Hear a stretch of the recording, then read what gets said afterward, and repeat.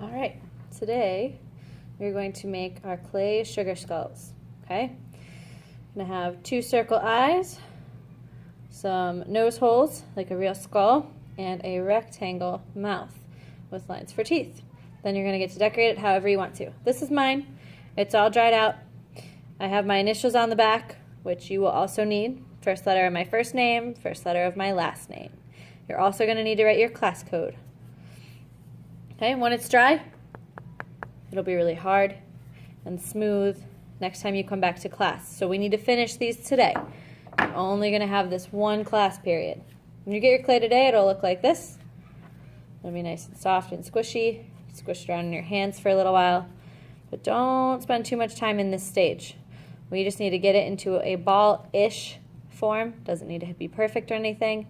Just get it into a ball, and then we're gonna flatten it out. You wanna use the palm. This is the strongest part of your hand, the bottom of your palm right here, to squish and flatten out your ball. Okay? Keep pushing down wherever there's larger lumps. And you're gonna keep pushing little by little. Not too flat. We don't want a pancake. We want a nice, thick cookie shape. It should still be pretty thick on the side. Next, you're gonna turn it until it looks like it might be the easiest way to make the face shape, because if you can see here, we do want the bottom where the jaw is to be skinny, just like a real skull. So we're gonna take our 2 fingers, these 2, and not in the middle, but a little further down from the middle, and we're going to pinch in a little bit. You'll have some weird markings, so you want to smooth those out. And then keep pinching and smoothing, front and back, until you have your desired skull shape. Okay? If your corners are seeming to get flattened out like this, usually just tapping them back into place, running your finger around that spot, usually helps things to keep pretty solid. Just going to make sure it's pretty even.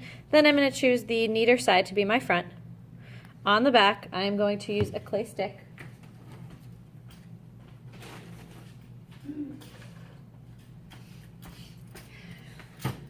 Like this.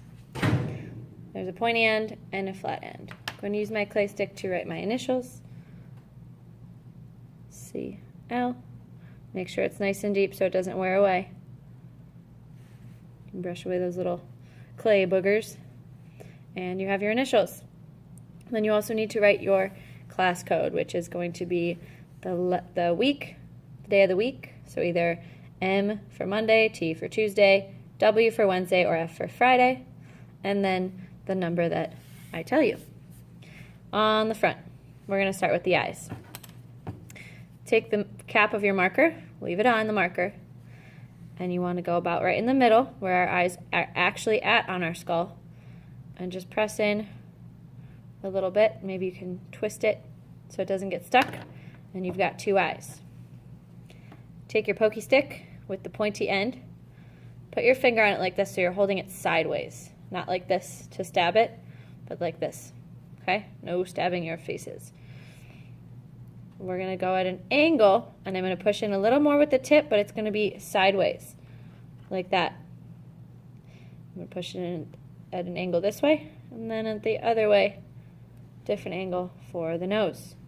After that, you've just got to draw a rectangle mouth, so you can mark it out first if you want to with little dots. And then connect them to make a nice big rectangle mouth. It's easier if you do this flat on the table. And then you're going to need to draw the lines. Keeping this ends of your stick pretty clear and clean helps you get better lines. You can gently brush away the little pieces that come off as you go. Don't put the lines too close together, because the closer they are, the messier it gets. And that's it for the basics of the face. Now it's up to you. You can add whatever dots or lines you want to, as long as they're symmetrical, to design your Dia de los Muertos candy skull. And remember, this is clay, not real candy like the sugar skulls that we've seen. But go ahead and design with dots and lines, keeping it neat and symmetrical until you're all done. When you come back next time, it'll look like this, ready to paint.